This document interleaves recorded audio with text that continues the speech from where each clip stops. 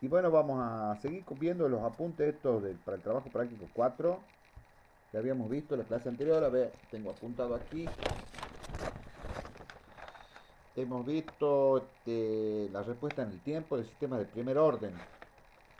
El tema de la transformada y de la antitransformada, yo ya, si bien es cierto el programa lo pide, nosotros lo tratamos de dar lo más rápido posible, especialmente a la parte esta de la antitransformada, que es una operación que rara vez se necesita hacer, aún sin tener el software de ayuda.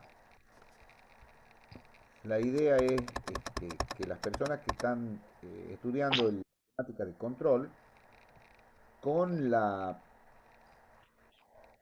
con la función compleja, una visión de ver las singularidades de la función compleja, ya sea suficiente para tener una idea de cuál va a ser la respuesta en el tiempo. Y estas cosas tanto para el análisis como para la síntesis o diseño. Ustedes saben, y si no saben, les recuerdo que el trabajo de análisis consiste en tomar un sistema que ya está hecho por alguien y analizarlo. O sea, analizarlo significa verle cuáles son las características que tiene y de ahí sacar cuáles son las bondades, los defectos, limitaciones y qué sé yo. Eso es el análisis, que es importante. Pero básicamente el trabajo del ingeniero es de diseño. Y para el diseño, digamos que el trabajo es en sentido contrario, digamos.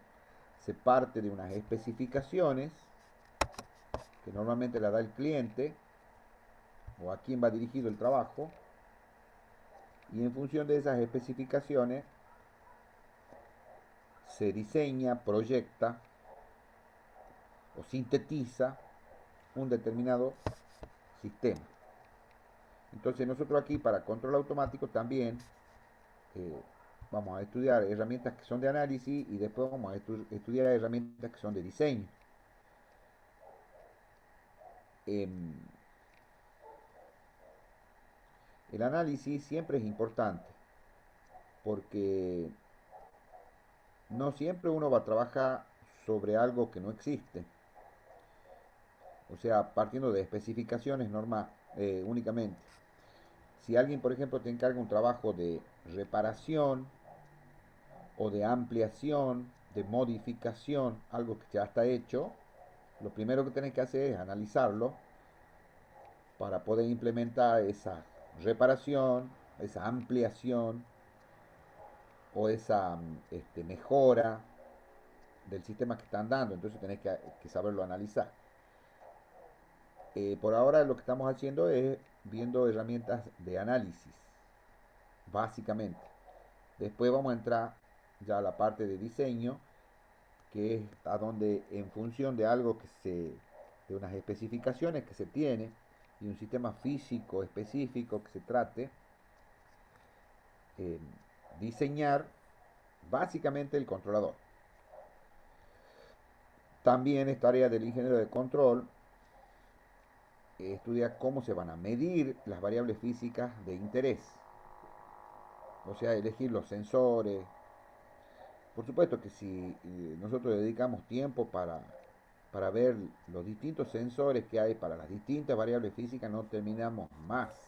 Si con esta parte de control nomás, análisis y diseño, no nos alcanza el tiempo, porque es muy larga la materia. ¿Te imaginas si encima le metemos cosas referidas a los sensores? Que es todo un mundo, ¿no? Todo un mundo, porque las variables físicas que hay con interés industrial son muchísimas. Y después cada variable tiene distintos rangos de funcionamiento. Entonces tenés que ver, porque supongamos vos decís, para medir la temperatura uso un termómetro. Está bien, pero si es una temperatura, si querés medir temperatura ambiente es una cosa. Pero si querés medir temperatura en un horno, en una caldera o donde hagan fundición de algo, son temperaturas elevadísimas. Y si son temperaturas bajo cero, ¿vos siempre vas a usar el mismo termómetro? No, hay instrumentos para distintos rangos de temperatura. Y cada cual tiene sus características, peculiaridades, etcétera. Eso estamos hablando únicamente de la temperatura, pero después tenés presión, caudal, nivel, eh, posición, velocidad, angular, lineal, aceleración, lineal, angular, viscosidad, qué sé yo, muchísimas variables físicas. Entonces, el estudio de los sensores es todo un mundo. Había una materia que se llamaba, una materia electiva, que la dictaba el ingeniero René Rodríguez, que ya se jubiló, hermosísima materia, que se llamaba Tecnología de Actuadores y Sensores. Muy linda materia. Le digo muy linda porque a mí me ha tocado, después que se jubila el ingeniero Rodríguez, había chicos que la habían regularizado y tenían que rendir final. Entonces, como yo estoy en el área, me la encargaban a mí ese trabajo. Entonces, la he ido conociendo. Hermosa materia. Aparte del ingeniero con muchos años de experiencia trabajando en la central esta del Bracho, él la direccionó a la materia específicamente para ingeniería eléctrica, o sea, para ingenieros electricistas, ver cosas reales que esa riqueza, digamos, vos la adquirís trabajando. Y bueno, y él la tenía. Desgraciadamente, otro profesor para dictar esa misma materia no se encontró hasta ahora. Pero, muy, muy linda materia. Y bueno, y ahí he aprendido varias cosas, me enteré de varias cosas que yo no estaba anoticiado, porque vos decís, qué sé yo, el aceite de un transformador es importante, bueno, según qué transformador sea. Primero, si es un transformador para electrónica, no lleva aceite. De ahí no va. ¿Y por qué? Porque las potencias que se manejan son muy chiquitas. Ahora, si vos me decís un transformador de distribución, una subestación transformadora que baja de media tensión a baja tensión y alimenta una determinada zona en una ciudad, una potencia interesante, eso ya tienen aceite. Y una vez un chico que le tocó el tema justamente de transformadores y del aceite de los transformadores, yo la idea que tenía era de los transformadores de distribución, eso de que le estoy diciendo yo. Y él empezó a hablar, qué sé yo, cuando estaba rindiendo, no me acuerdo si era un examen o un preexamen. Entonces yo, porque resulta que hay un estudio que se le hace al aceite para saber si cuándo hay que cambiarlo. Entonces yo decía, porque él mencionaba la forma, que hay un procedimiento para sacar el aceite, que hay que, el primer aceite que se saca se lo tira y después se toman tres muestras distintas, esto, todo, se lo lleva a un laboratorio. Tanta historia, digo, para el aceite de un transformador, tira todo y cambia todo de una vez y listo, cada una determinada cantidad de tiempo y se acaba. Me dice, ingeniero, me parece que usted no está entendiendo, me dice. Este tipo de cosas son para transformadores, ya sea de alta a media o de media a alta, pero que manejan no sé cuánto megavolt-ampere, no sé qué, y el tamaño del transformador es como todo este curso, me dice. En realidad estábamos en el laboratorio. Como todo el laboratorio es el tamaño del transformador, me dice. ¿Sabe qué cantidad de aceite va ahí? Porque él me hablaba del aislante que tenía que ir entre cada una de las espiras del transformador y que tenía que ser así, así. ¿Sabe cuánto cuesta? Dice un transformador de esos, 2 millones de dólares. Epa, dijo, no es tan sencillo. Bueno, esas cositas veían en esa materia muy interesante, y así como ese tema, un montón de otros temas que si no sos un ingeniero electricista que tiene experiencia, ya sea en la cuestión de generación o en la cuestión de distribución de la energía eléctrica o de transporte, y no la va a dictar. Yo, por ejemplo, no me animo a dictar una materia así porque no tengo experiencia, no conozco, a más de tener una información somera de esas cosas. Pero si estás dictando una materia electiva, Bueno, no hemos ido del tema. ¿Qué le estaba diciendo? De la transformada inversa. Voy a compartir pantalla. Habíamos quedado en el tema de la expansión en fracciones parciales. Hay distintos casos. La idea es transformarla a la ecuación diferencial, a la función compleja, perdón, en un formato que sea sencillo de antitransformar. Ahí habíamos quedado. Hay métodos porque se dan casos para encontrar estos residuos y ya cada uno de estos términos son más sencillos de antitransformar valiéndose de la tablita. Para ejemplificar los casos, se parten de ejemplos que están en los apuntes para que ustedes los vean. Por ejemplo, acá hay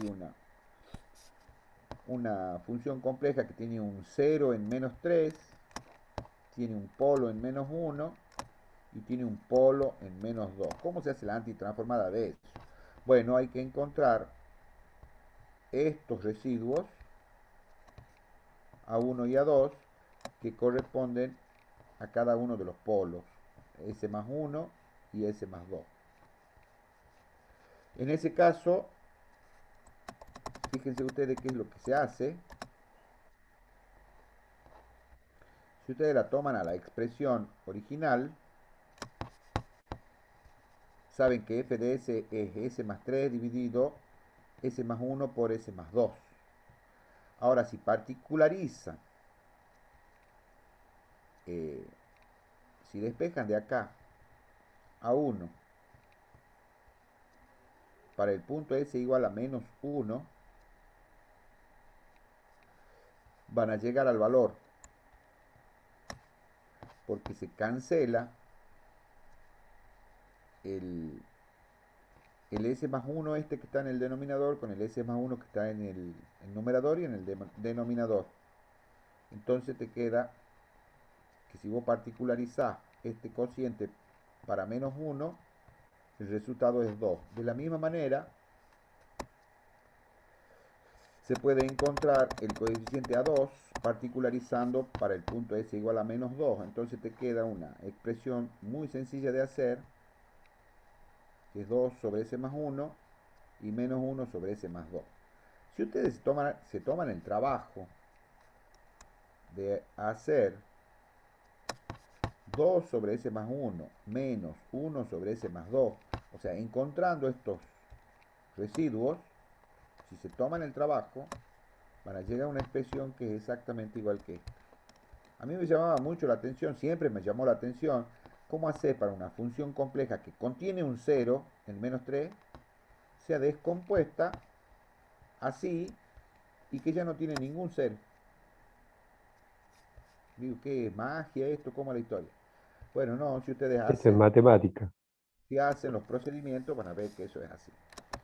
Y bueno, todas estas cositas, nuestros padres, nuestros abuelos, se han ido dando maña, por así decirlo, para resolver todas estas cuestiones bastante complejas y complicadas, por eso se llama función compleja, aún sin tener la herramienta que tenemos hoy en día nosotros, que es más sencillo. Así que bueno, hay otro ejemplo, aquí considera un numerador de orden 3 y un denominador de orden 2.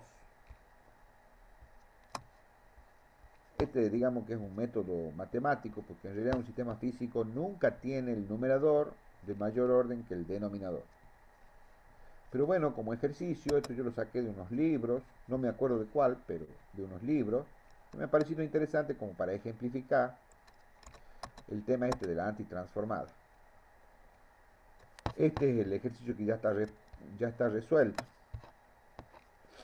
Entonces, la antitransformada de eso es más sencilla. El gran problema viene, es decir, hay varios problemas. Un problema es cuando el numerador tiene raíces complejas conjugadas, o sea que cuando la función tiene polos complejos conjugados, ahí se complica, porque ya se acuerdan ustedes de la charla que tuvimos la clase pasada, hemos visto que cuando aparecen componentes complejos conjugados, aparece una oscilación, una senoidal. Si está todo en el eje real, no hay mayor problema porque si está en el semiplano derecho es inestable, sea en el lugar que esté en el semiplano derecho es inestable.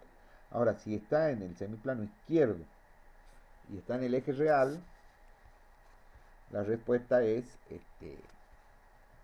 amortiguada, no tiene oscilación, o sea, no tiene parte senoidal, porque no tiene parte compleja conjugada, es relativamente sencilla. Pero cuando tiene polos complejos conjugados, vos cuando haces la antitransformada, tenés que llegar a una expresión conocida. Y si ustedes recuerdan la tabla de antitransformada, una seno amortiguada tiene una ecuación, una función compleja de este tipo. Entonces vos tenés que llevarla a la forma, expresarla de una manera que sea de fácil antitransformación, digamos. Después viene otro tema cuando los polos son múltiples, porque hay funciones complejas que tienen polos, dos polos en la misma posición. No es lo mismo un polo simple en una posición que un polo doble o que un polo triple. Por supuesto que estamos hablando de funciones complejas muy complejas, o sea, de orden alto, que normalmente no se da, porque ya van a ver ustedes unas clases más adelante, vamos a hablar de lo que se llaman polos dominantes. Ese es un artificio, no es un artificio, digamos, es una simplificación que se hace de, una, de un sistema, supongamos que sea de un orden muy alto, supongamos un orden 20, volvemos a caer en la famosa frase de que lo bueno es enemigo de lo mejor. Y eso, si ustedes recuerdan, yo ya les hablé de eso y les ponía de ejemplo la bobina. Que la bobina se considera que si tiene una excitación que es senoidal, tiene una reactancia que vale 2pi por F y por L. O sea, una reactancia inductiva. O sea, es una oposición a la corriente muy particular que desfasa la tensión y la corriente 90 grados si es inductivo puro. Este, si hay una componente resistiva, ya no es de 90 grados, es de menos, pero siempre la tensión adelanta a la corriente en un circuito inductivo. Eso lo saben ustedes porque ya han cursado, ¿no es cierto?, electrotecnia y qué sé yo, toda esa materia donde le enseñan eso.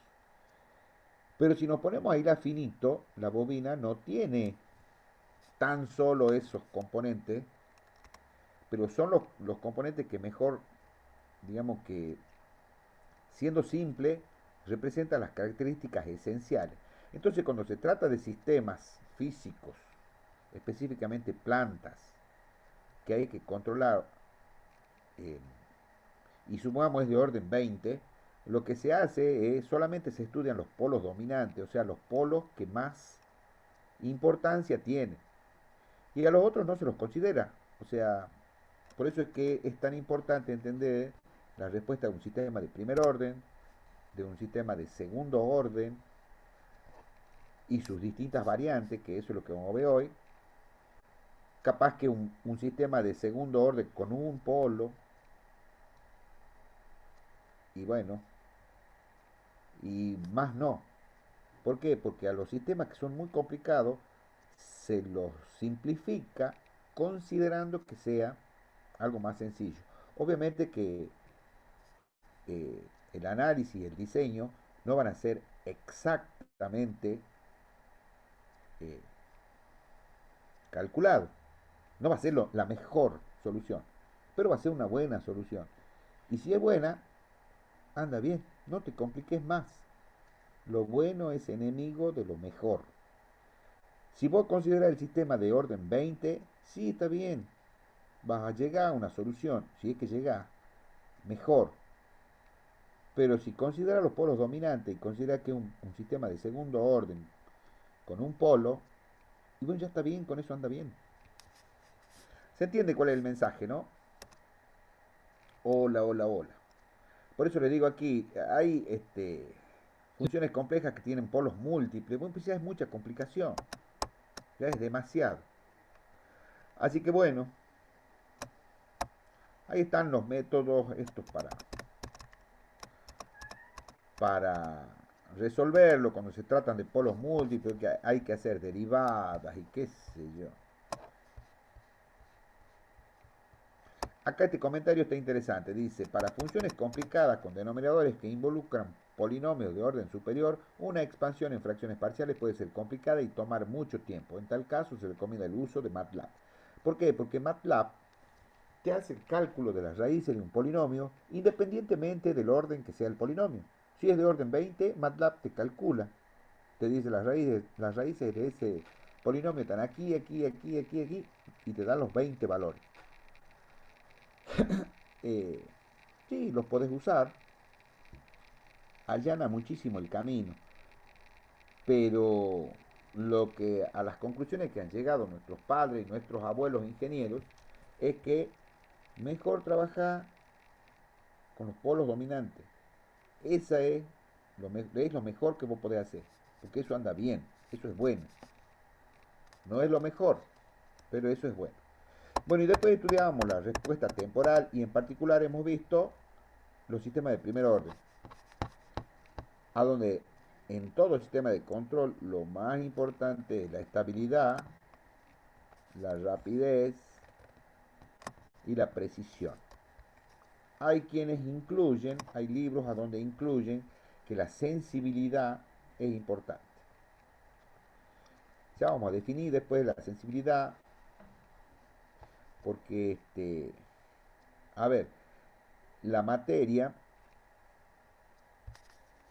este, tal y cual la plantea la Universidad Tecnológica Nacional, este, según mi modo de ver, es bastante teórica. Para mí debería ser más práctica. Si bien es cierto, la práctica real de sistemas de control hay que hacerla en lugares a donde realmente ves las soluciones y ves los problemas que tienen. Eso es complicado para implementarlo en un ámbito académico. La forma de ver estas cosas es estando en el lugar donde se plantean los problemas y viendo la solución. En el caso de un ingeniero electricista, la mejor solución sería ir a ver cómo hace Transnoa para transportar energía y cómo hace el control. O ir a una estación generadora y ver cómo hacen para controlar. Eh, entonces, bueno, se la dicta así a la materia. Pero si caemos en la filosofía del control automático, ¿ha visto? Ya tenemos que entrar con base. Por eso es que a mí, yo siempre digo, estos son los tres más importantes. Estabilidad, rapidez y precisión. La sensibilidad es también importante porque básicamente es un estudio, la sensibilidad, qué es lo que pasa con el comportamiento de un sistema de control cuando se producen pequeñas variaciones en los componentes del sistema. Por ejemplo, una planta que tenga transmisión de movimiento por cadena, suponga, o por ¿cómo se llaman los engranajes?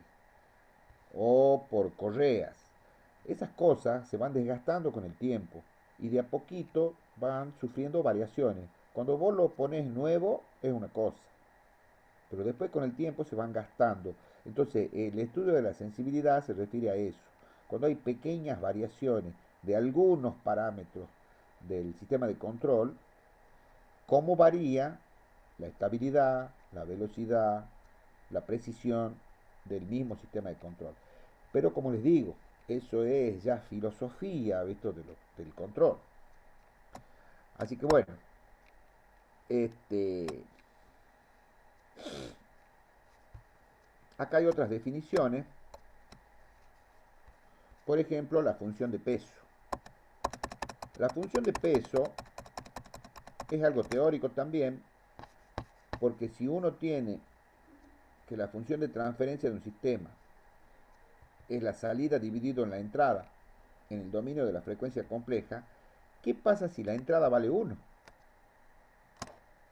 Directamente la función de transferencia es la respuesta en el dominio de la frecuencia compleja. ¿Y qué significa que el x de s valga 1? Significa que se la excita con el impulso. Eso es desde el punto de vista matemático. Ahora, ¿cómo haces vos para que físicamente obtengas un impulso? Un impulso tiene que imaginarse ustedes como un tincazo, que ya habíamos hablado del tincazo. Vos a un sistema le da un tincazo y si es estable, obviamente que esa excitación lo mueve, pero después vuelve al estado que estaba. Imagínense ustedes que un estanque de agua o un fuentón de agua que está quietito. Vos le tirás una piedra, sería como un tincazo de excitación para ese sistema, reacciona el sistema generando olas, qué sé yo. Supongamos que le hayas tirado justo en el medio, se forman unas olas que se desplazan de manera radial, pegan en los bordes, perdón, y de ahí se empieza a cerrar. Esa onda al principio es de una amplia amplitud, pero después cuando pega en el borde va sufriendo un amortiguamiento y se va haciendo más chica, vuelve a llegar al medio y vuelve a abrirse. En realidad, si no hubiera pérdida por rozamiento, esa oscilación tendría que seguir de por vida, ¿no es cierto?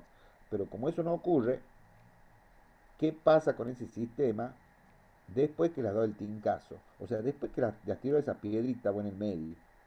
Vuelve el agua a quedarse tranquila, en equilibrio, sin movimiento. Eso es porque es un sistema estable. Pero si el sistema es inestable, eso no ocurre. Si vos un sistema inestable lo excitas, eh, pierde la estabilidad, se cae. Ya después vamos a hablar de sistemas inestables para que ustedes entiendan. Sí,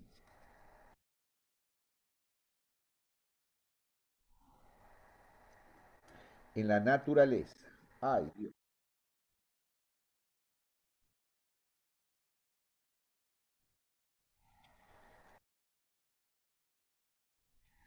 Sí,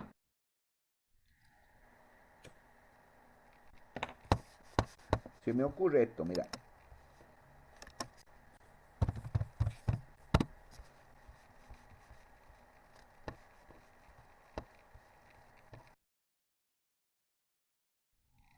Podría ser, eh, sí, ese es el sistema de inestabilidad más. ¿Están viendo mi pantalla de Paint? Sí, profe.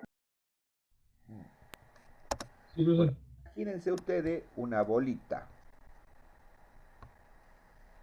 Ahí está. La ven a la bolita, ¿no? Yo la voy a copiar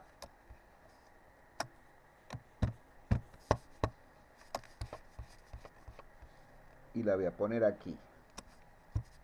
Y esta bolita está contenida en dos recipientes distintos. Un recipiente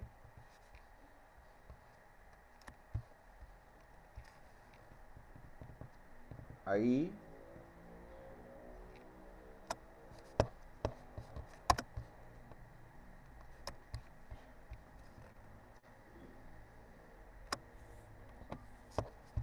y otro recipiente ahí.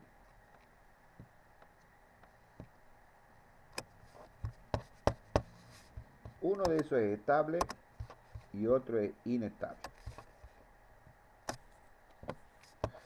Somos esta bolita, vos venís y la excitás, supongamos, con una fuerza para allá.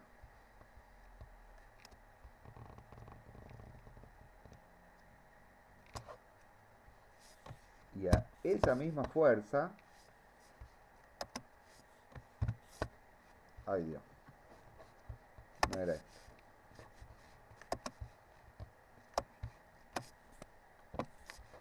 Y esta misma fuerza,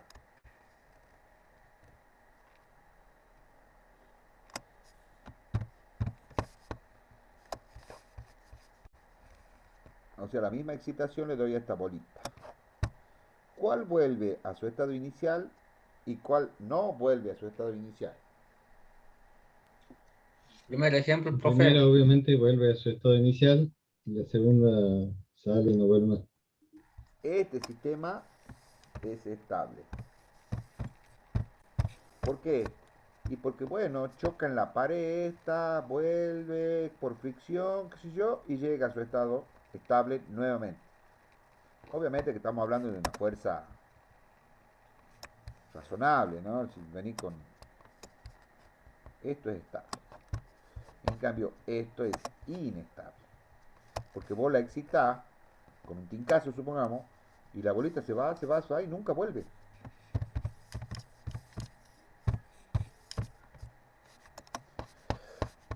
¿Está entendido, no? Ese podría ser un ejemplo. Prado.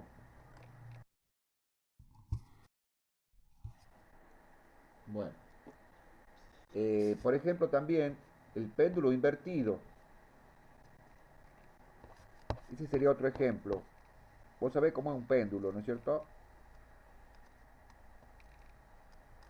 A ver, capaz que esto haciendo seña, ¿me entendés? Metrónomo creo que es el péndulo invertido. Claro. Mira, si yo tengo un punto fijo acá arriba y lo excito, esto va a ser así, por fricción, se va a quedar ahí. Es un sistema estable. Ahora, ¿qué pasa si el péndulo lo pongo invertido? Como hacen los malabaristas. Es estable, allá es estable, mirá.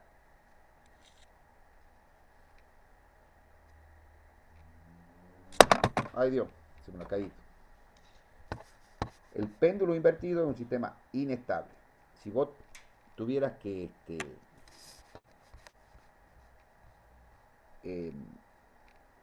que controlar ese sistema, lo podrías hacer.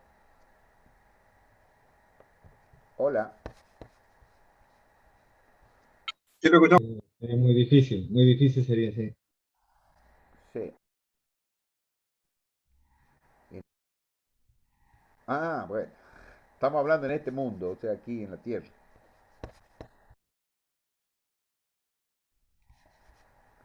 Mira,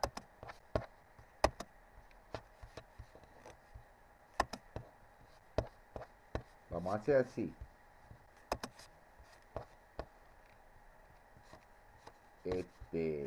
En YouTube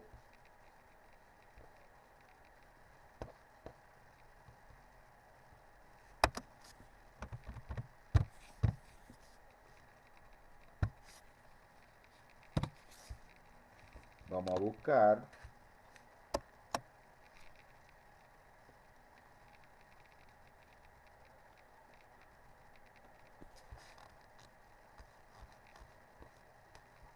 aguantemos un poquito. Conexión está medio lenta.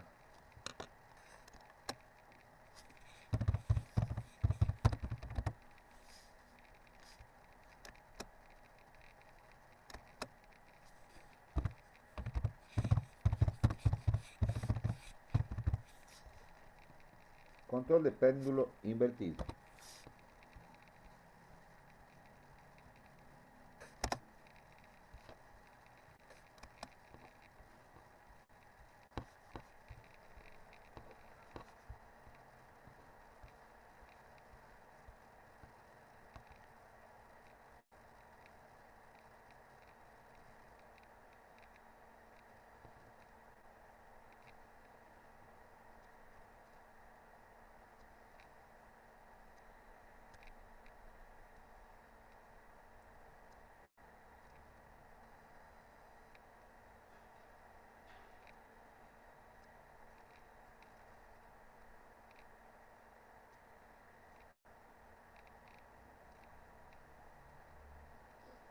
Mira, ahí abajo aparecen unas gráficas.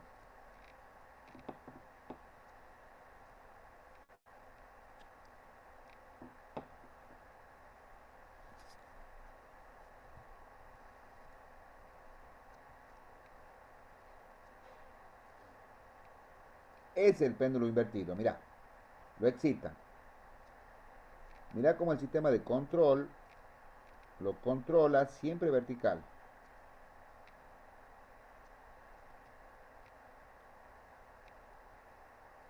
Lo excita, obviamente que es una excitación, claro, pero no es que le mete una piña. Es una, Está muy,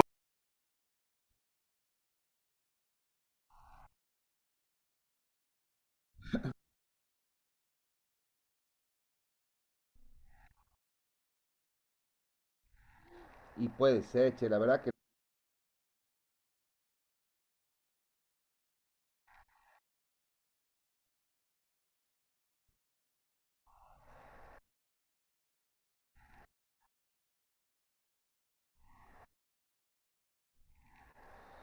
la verdad que nunca se me ha planteado la inquietud de analizar. Mira, ahí se cayó, ahí El perdió la árbol, ¿no? El árbol. El árbol también puede ser un ejemplo. variaciones. Las variaciones son muy lentas. Mira, aquí hay otro. A ver, veamos ese. muy bueno el anterior, profe. ¿Qué opinas? Ese podría ser un proyecto para ustedes, para probar la materia. Está bueno, profe.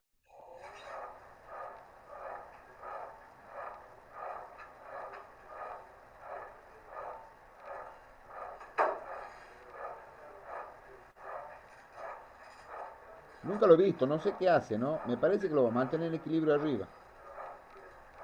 Capaz que lo sube y lo mantiene como el anterior. Sí, va aumentando la oscilación hasta que entra en la zona de... Ahí está.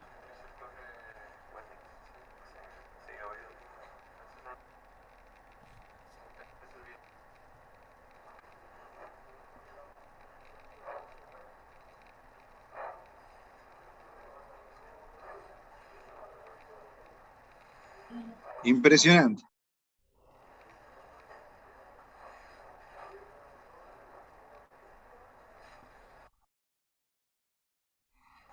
Y obvio, mira que tiene un motorcito que lo mueve de izquierda a derecha y de derecha a izquierda nada más. Pero capaz que tiene un sensor de posición. De...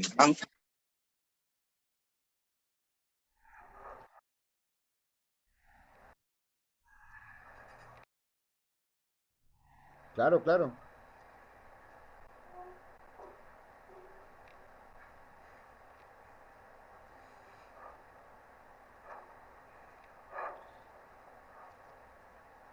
El control automático es el ABC de la robótica.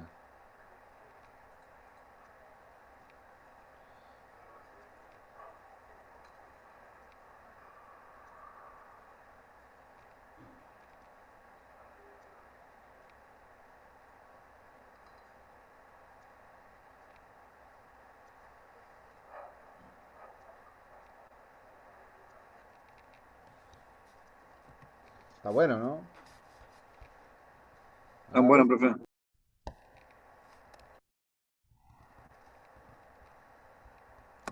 bueno, volvamos al mundo real. Le estaba diciendo yo de que, ¿por qué no hemos ido a ese tema? Ah, de la función impulso. La transformada de la función impulso es uno.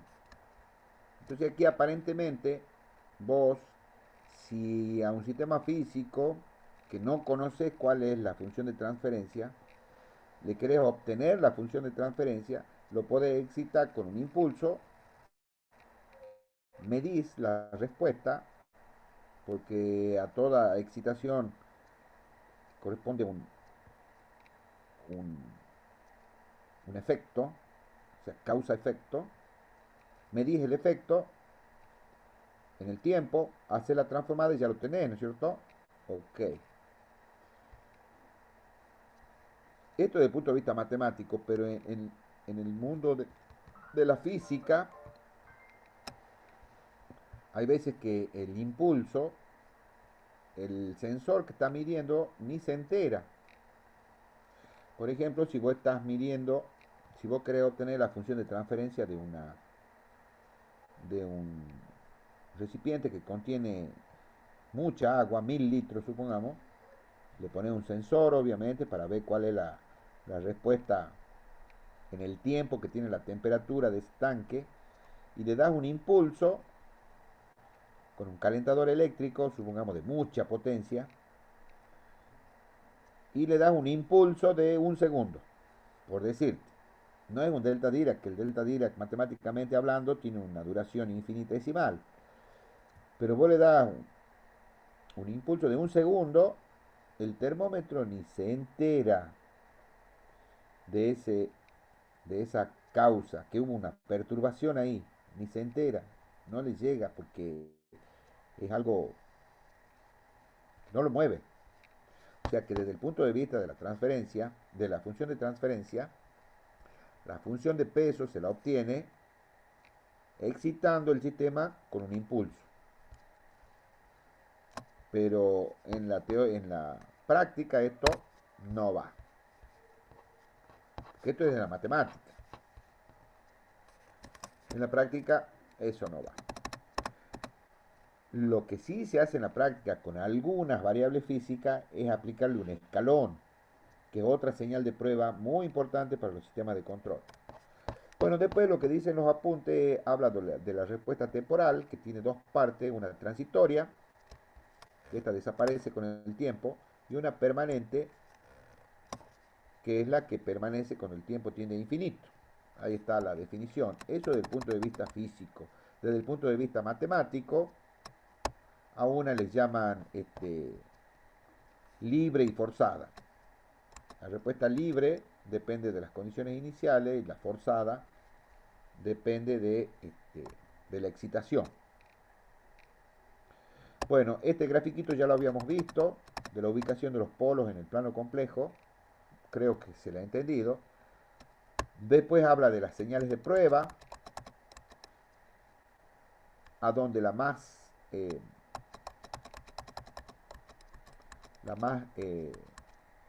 las más importantes son el impulso, el escalón,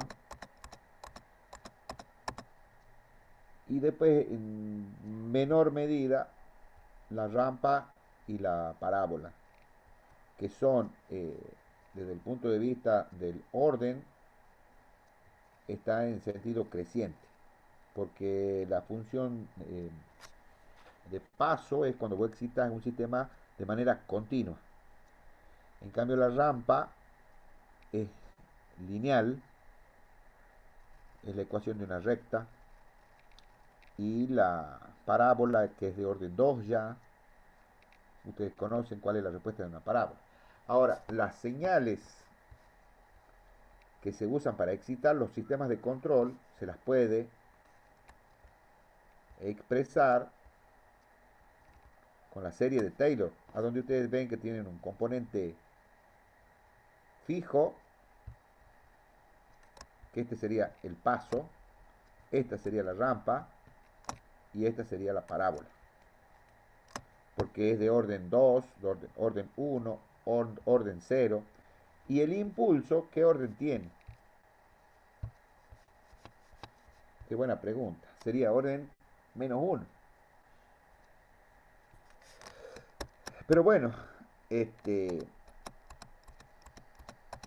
y después en los apuntes se recomienda la lectura, verlo a estos videos.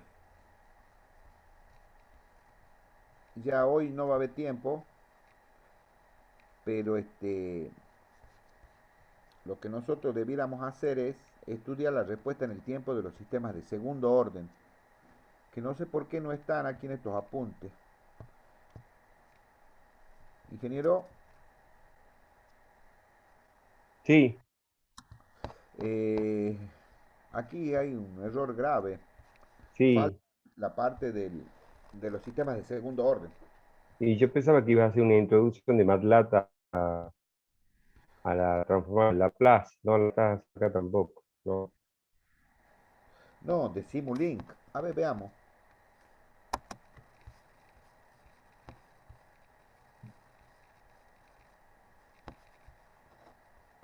Vemos este video y nos vamos a descansar. Comenzamos con este tutorial Ya lo para hemos saber visto. cómo trabajar con Simulink. Bien, este es el espacio. Ya lo hemos visto ese, ingeniero.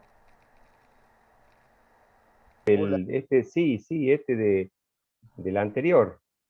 Avanzalo Claro, un poquito, a ver. sí, es como De obtener, Simulink. Aquí tenemos MATLAB abierto. es como obtener la ecuación diferencial en Simulink, que también ya hemos hecho práctico y qué sé yo. Y para acceder a Simulink necesitamos dar un clic Andate al medio, andate al medio. y después de un tengo aquí los elementos necesarios de la simulación. Voy a dar un doble clic a la constante y se va a abrir un cuadro de dial. No, ya lo hemos visto esto. Dejalo de ahí entonces. No, lo que yo quiero que pensaba que estaba aquí eran la respuesta de los sistemas de segundo orden. No, esto ya es diagramas de bloque. Ah, y Bueno, respuesta temporal. Pará.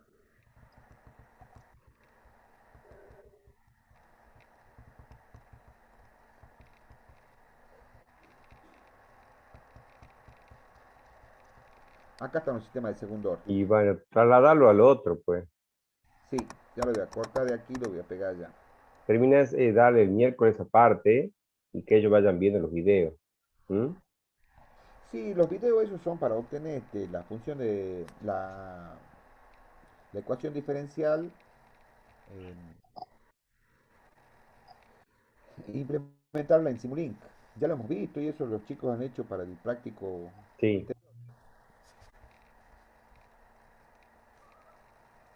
Esto es lo que quería yo que veamos hoy.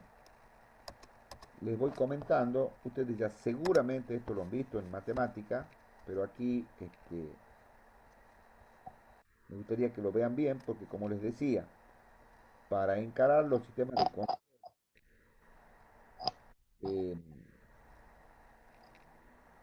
para tratarlos de forma simplificada, se acude al análisis de los polos dominantes.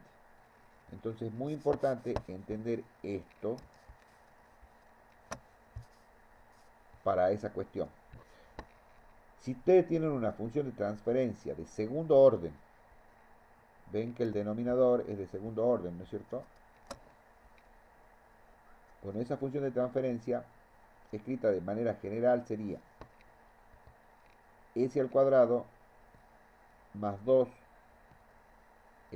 psi omega n más omega n al cuadrado. Ese es el denominador. Y en el numerador tiene que estar omega n al cuadrado.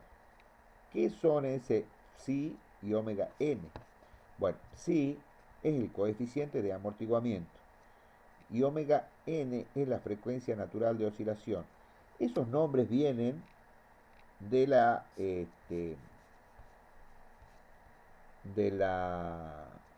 ecuación diferencial que gobierna los sistemas masa, resorte, amortiguador. Porque en ese sistema la respuesta es de segundo orden y tiene un determinado coeficiente de amortiguamiento que está relacionado con la parte real eh, de las raíces y el omega n está relacionado con la parte compleja conjugada de la raíz. Entonces, si vos le haces un estudio a este polinomio que es de segundo orden, vas a ver que las raíces de ese polinomio se ubican en menos psi por omega n más menos omega n por la raíz cuadrada de psi al cuadrado menos 1. ¿De dónde viene eso? Del famoso cantito que aprendimos todo en el curso de ingreso, que dice que las raíces de un polinomio de segundo grado es menos b más menos la raíz cuadrada de b al cuadrado menos 4a por c sobre 2a. ¿Se acuerdan de eso? Sí, ¿no es cierto? Bueno, aquí el a vale 1, el b vale... Acá falta un s, mira. El b vale 2 por omega n y el término independiente es omega n al cuadrado. Si ustedes reemplazan esto eh, para obtener las raíces, van a ver que tiene una parte real, que es menos psi por omega n, más menos omega n por la raíz cuadrada de psi al cuadrado menos 1. Ahora, ¿qué pasa si yo considero omega n igual a constante? Supongamos que sea omega n igual a constante y que valga 1. Entonces las raíces, la ubicación de las raíces van a depender únicamente del coeficiente de amortiguamiento psi. Entonces, esta raíz cuadrada es muy importante, porque si este 1 es mayor que omega n al cuadrado, te va a dar la raíz cuadrada de un número negativo. Y ahí aparece la componente imaginaria de ese número, que sería la raíz de ese polinomio de segundo grado. S. Entonces, acá está el análisis. Si es mayor que 1, cuando vos lo eleves al cuadrado, te va a dar una cantidad mayor que 1, entonces va a haber una raíz cuadrada real. Entonces aquí te analiza todos los casos. Si es igual a Por 1, eso, ahí, por eso disculpe, ahí en la que tiene marcada también falta la S. En- ¿dónde? ahí en el denominador En el denominador de GS. Ah, de sí, GS. gracias. Bueno, aquí, considerando, en esta gráfica se hace un estudio de qué pasa si vos consideras constante omega n para distintos valores de psi. Si psi al cuadrado menos 1 es mayor que 0, la ubicación de las raíces va a estar sobre el eje real, no va a tener parte imaginaria. Ahora, si psi al cuadrado es igual a 1, vos vas a tener que se ubica acá, en este punto. Si es mayor que 1, se va a ir alejando para allá. Ya, Y menor que 1, comienza a tener parte imaginaria hasta cuando psi vale 0, en cuyo caso se ubica en esta posición. Recuerden que siempre los polos son complejos conjugados por culpa de este más menos. Más menos. Si la raíz cuadrada esta es de un número negativo, ahí va a aparecer el j. Y el j siempre aparece con el más menos. Este. Por eso es que las raíces siempre van a estar, que aparecen, son complejas conjugadas. Esto es considerando omega n constante y en este caso igual a 1. Ese va a ser el comportamiento de las raíces de ese polinomio de segundo grado en el caso de que omega n valga 1, ¿no? Después analiza los casos para cuando psi es mayor que 1. En ese caso te dan dos raíces reales y distintas, que estaríamos en este caso. Dos raíces reales y distintas. Siempre en el semiplano izquierdo, otro pequeño detalle, y ese siempre en el semiplano izquierdo viene de este menos. Menos omega n. En realidad es siempre que sea un sistema estable. También puede darse el caso de que haya en el mismo punto una raíz doble, y eso se da cuando psi vale 1. En el mismo punto te da dos raíces reales. Ahora, si psi está comprendido entre 0 y 1, ahí aparecen las raíces complejas conjugadas, a donde tiene una parte real y otra parte imaginaria. Ahora, ¿qué pasa si la parte real es 0? Se ubican las raíces justo en el eje imaginario. Y después vienen unas demostraciones con MATLAB, que ya lo haríamos la clase que viene. Repito, ¿por qué se estudia esto? Porque es muy importante entenderle bien a la respuesta en el tiempo de los sistemas de primer orden y de segundo orden. Después le vamos a agregar un 0 y vamos a ver qué pasa con ese 0. Bueno, chicos, vamos a descansar. Qué buena falta. ¿Cómo hacemos el miércoles que viene, profe? O sea, Yo ya no tengo eh, clase de posgrado, ¿eso es lo que decís? no, más que nada porque el práctico 3 ha quedado ahí, tengo 4 ejercicios hechos para presentar y me faltaría el quinto, que sería ese que no desarrollar. Mira, no tuve tiempo yo de verlo. Yo quiero que hagamos el estudio de la perturbación en los Pero controladores. bueno, yo el miércoles, lo que podemos hacer el miércoles, déjame que le presente el práctico 3 hasta el ejercicio 4. Si se llega a dar el ejercicio 5, lo suman después. Porque Sí, si no, ellos no van a tener para trabajar, ¿me entendés? Después se le va a ir acumulando. sí, a mí me gustaría tener tiempo, desarrollarlo yo, hacerle yo bien un estudio, un análisis. Por eso voy a hacerlo. Yo presento los 4 ejercicios eso y vamos avanzando. Y el problema 5 es de ese ejercicio. El tema del Solamente de ese ejercicio. Exactamente. se complica mucho. No, no, no. Lo hagamos así, entonces ya tiene el trabajo práctico 3 presentado y ya puedo empezar a trabajar sobre el 4, ¿me entendés? Bueno, meta, hagamos así. Dale. Nos vemos, Saludos, chicos. chicos. Buen fin de semana, cuídense. Chao, Gracias, chao. profesores. Buenas noches. Hasta luego.